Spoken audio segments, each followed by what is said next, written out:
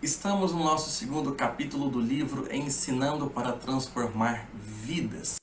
E hoje nós vamos abordar o capítulo que é intitulado A Lei do Ensino. Vamos enfocar um pouco mais a respeito do processo de ensino. No primeiro capítulo nós conversamos sobre as características de um bom professor, como deve ser esse professor, tanto no seu requisito espiritual, quanto também no seu requisito prático, nas suas capacidades, nas suas habilidades, nas suas aspirações e ambições. Agora vamos pensar um pouco mais no processo de aprendizado, em um princípio muito básico sobre como deve ser este ensino. Mas antes de nós entrarmos então de fato no assunto do capítulo 2, quero fazer uma reflexão com você.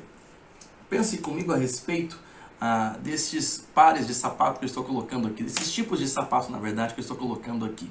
Nós temos vários aqui. Nós temos uma bota, nós temos uma bota de cano alto, né? Nós temos um sapato social masculino, nós temos ao final ali um salto, nós temos um all-star vermelho, enfim, diversos tipos de tênis, de calçados aqui. Isso pode caracterizar muito bem e muito tranquilamente aquilo que os alunos podem usar dentro de uma sala de aula, de um contexto de grupo. Cada um vai ter um tipo de calçado diferente, vai usar um tipo de tênis, de sapato diferente um do outro, e também números e tudo mais, cores, né? Sempre haverá uma grande diferença. Agora eu quero que você imagine a seguinte experiência. Você teria sucesso se tentasse colocar o mesmo tipo de calçado com o mesmo número em todos os pés dos alunos ou das crianças da nossa igreja ou da sua igreja? Você acha que todos seriam capazes de calçar o mesmo calçado? Será que daria certo? Obviamente que não, né? Os calçados são feitos de certa maneira, em uma medida que vai se encaixar tanto no pé de cada um, como também no gosto de cada um. Cada um tem um tipo de calçado que vai lhe servir, que vai lhe atender. Então seria uma loucura nós querermos obrigar as nossas crianças a calçarem o mesmo tipo de calçado, porque não funciona. Não somente por questão de sexo, né? Nós temos crianças do sexo masculino e outras do feminino, nós temos gostos diferentes, tamanhos de pé diferentes, enfim, são muitas diferenças e isso demanda de nós, obviamente, racionalmente, que hajam diferenças e que nós respeitemos as diferenças com muita alegria. Se nós precisamos pensar a respeito disso, de questões simples como sapatos, então fica para nós uma reflexão. Se as crianças, geralmente, né, 99% das vezes, não vão usar os mesmos tipos de calçado, por que é que nós então queremos também descer goela abaixo o mesmo tipo de ensino para toda pessoa ou para toda criança? Por que que nós vamos então ensinar todas as crianças da mesma maneira e sempre do mesmo jeito?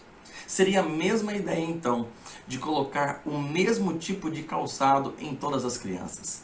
O fracasso é certo, a falha vai ser certa e o incômodo vai ser certeiro sobre cada criança. Talvez para uma e outra possa servir aquele tipo de calçado, mas para a grande maioria não servirá.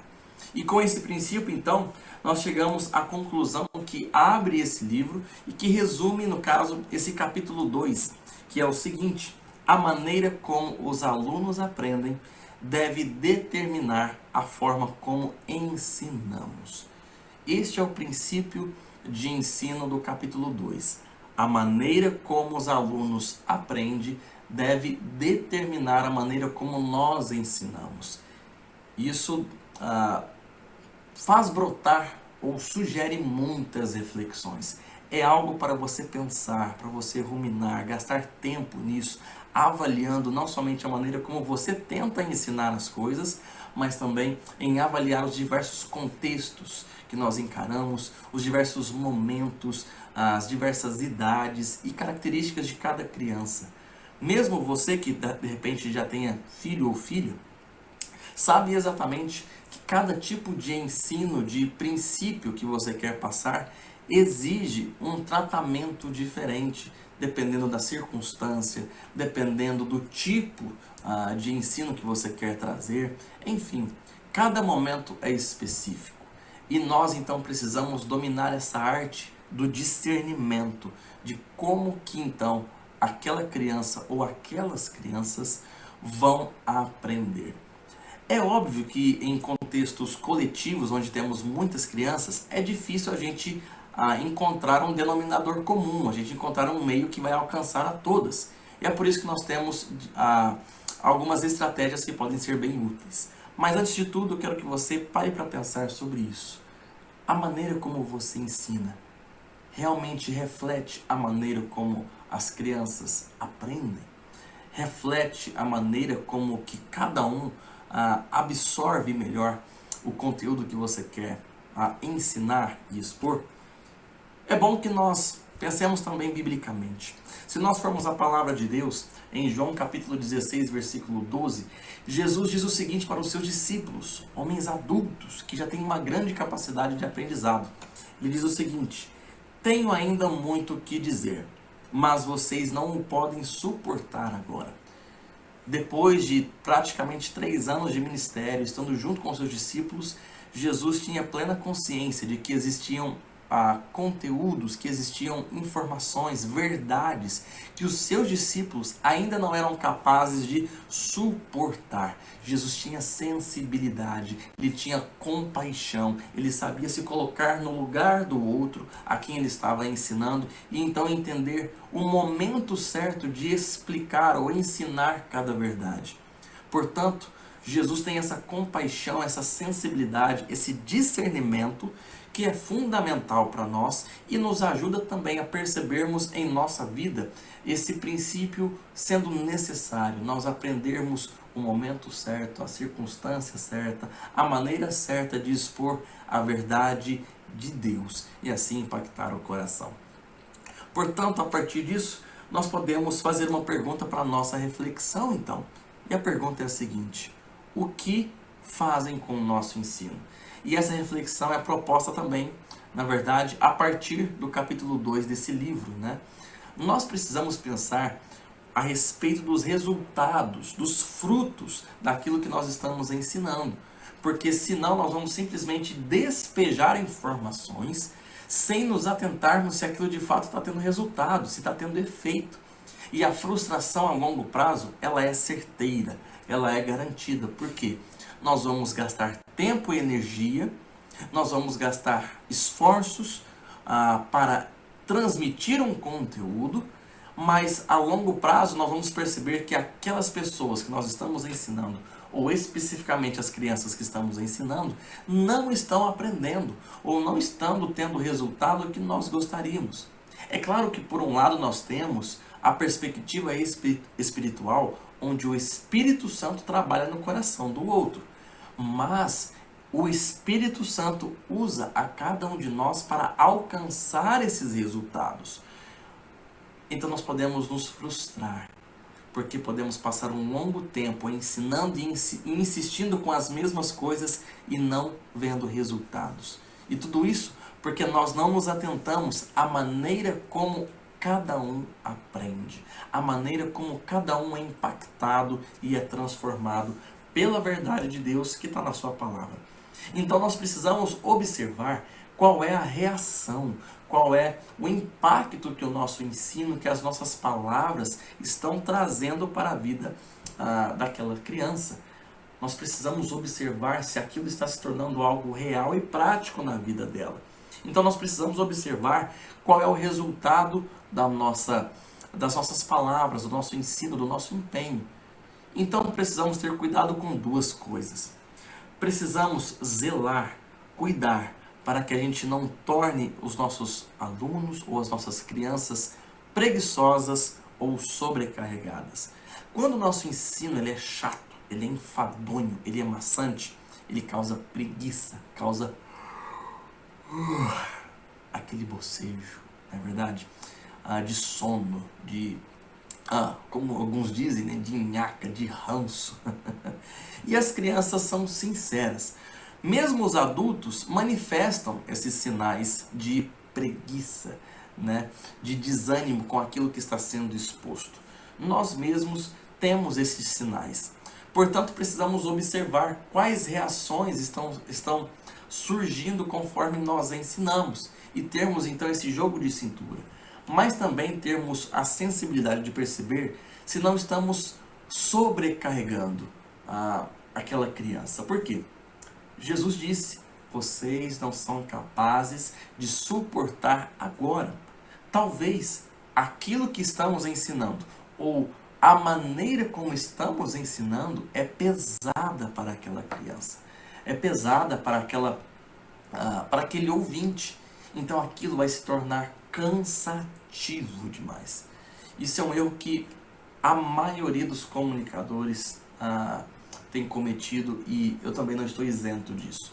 Nós tornamos o nosso ouvinte cansado, sobrecarregado, porque o nosso ensino ele não é temperado, ele não é leve, ele não é cativante, ele é chato, ele é maçante, ele é enfadonho. Portanto, tomemos esse cuidado de não sobrecarregarmos, nem também de tornarmos o nosso ouvinte preguiçoso, chateado, enfadonho, né? Mas pensando a respeito disso, precisamos seguir então a respeito do que devemos fazer. Bom, se o ouvinte ele tem uma maneira de aprender, como nós então vamos abarcar ou abranger o maior número de ouvintes em um tipo de ensino? O segredo está na palavra diversidade. Devemos diversificar a nossa comunicação. No vídeo passado nós aprendemos essa pirâmide que diz o seguinte, que nos mostra, na verdade, diversos parâmetros de retenção de conteúdo. Só lembrando você aqui, em uma palestra, a taxa de absorção média é de 5%. Quando há uma leitura, é 10%. Quando há uma comunicação audiovisual, então já sobe para 20%.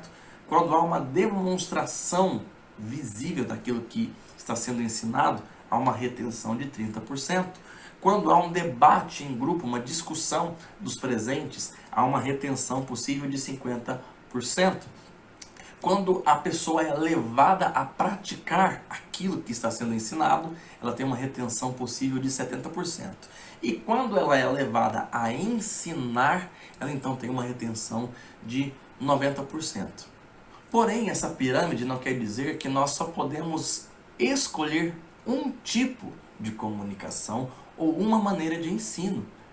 Veja que não é algo restrito. Nós podemos, em um mesmo ensino, usar os recursos de palestra, de leitura, audiovisual, demonstração, debate em grupo e a prática. Nós podemos colocar tudo isso em uma mesma aula. E não vai ficar maçante, não vai ficar pesado. Basta a gente planejar esta aula em que nós vamos usar esses recursos e nós ganharemos uma aula super dinâmica, que é exatamente aquilo que as crianças mais gostam e mais têm facilidade de se focar quando o ensino ele é dinâmico. Você pode, por exemplo, enquanto você fala, encorajar um momento de leitura. No caso, dependendo da idade da criança, você lê, e se a criança tem a capacidade de acompanhar a leitura, você pode convidá-la a ler junto com você. Então você está unindo a palestra, a leitura, o audiovisual. Quando tem figuras na lição, na história, no livro, seja o que for. Por isso que, por exemplo, Bíblias ilustradas são muito efetivas, porque tem a leitura, tem o audiovisual e você pode unir a leitura da criança com a sua voz. E então você vai potencializar aquele momento. Então você pode unificar e diversificar. Você pode promover debates, promover dinâmicas, levar à prática. Enfim, nós podemos usar todos esses recursos em uma mesma aula, em um mesmo momento. Talvez ao mesmo tempo ou talvez em sequência, uma coisa após a outra. O que nós podemos fazer então é utilizar essas ferramentas, essas maneiras de comunicar um conteúdo, um ensino, como maneiras de fixação. Você pode levar a leitura, você pode depois repassar o conteúdo por meio de uma demonstração, você pode repassar o conteúdo depois por meio de um vídeo, de um desenho, de uma ilustração, e você pode levar, por fim, a prática. Por exemplo, se nós queremos ensinar a respeito de oração, nós podemos ler um texto bíblico em um material que seja visual, que haja uma figura de uma pessoa orando. Você pode explicar depois o que é oração. Você pode fazer uma pergunta para as crianças, dependendo da idade, sobre o que elas pensam que é oração. É uma maneira de discutir em grupo, por mais que não estejam debatendo umas com as outras, mas elas estão colocando para fora o que pensam. Você pode também fazer uma oração em que você fala e as crianças repetem. Veja, você está unindo a demonstração e a prática. Tudo isso em um mesmo momento. Então perceba como que nós podemos utilizar com criatividade diversos recursos que Deus nos deu para alcançar a mente e o coração das nossas crianças. Portanto, nós devemos chegar a algumas conclusões para a gente caminhar para a finalização da nossa aula aqui, do nosso treinamento de hoje, a respeito do capítulo 2. Conforme o livro, nós temos níveis de consciência do conteúdo. São abordados 4 níveis de consciência. O momento em que nós não sabemos que não sabemos de alguma informação, que nós nem fazemos ideia que nós não sabemos de alguma coisa. Existe um momento em que nós tomamos conhecimento de que não sabemos sobre alguma coisa. Existe o terceiro momento em que nós, então, aprendemos sobre aquilo, estamos conscientes de que estamos aprendendo sobre aquilo, ou seja, agora eu sei. E o último nível é quando aquilo já está internalizado de tal maneira que já é parte de nós e nem mais nos lembramos que nós sabemos. Se torna um automatismo nosso. Por exemplo, se você dirige, você com a prática da direção, você vai começar a dirigir a partir do tempo, né, com o passar do tempo, sem pensar. Você simplesmente faz. A tal ponto de você, às vezes, não indico isso, né, mas mexer no celular, conversar com uma pessoa, prestar atenção em qualquer outra coisa enquanto está dirigindo e passando a marcha e virando o volante, dando seta, porque você chegou ao 4º nível de conhecimento inconsciente, onde você já internalizou de tal maneira que nem precisa pensar sobre aquilo que sabe, você simplesmente sabe, ok? Então esse é o nosso alvo. Nós queremos chegar no 4º nível com os nossos ouvintes, com as nossas crianças. Por isso é um trabalho de repetição, um trabalho de repassar aquilo e fixar o que nós estamos ensinando.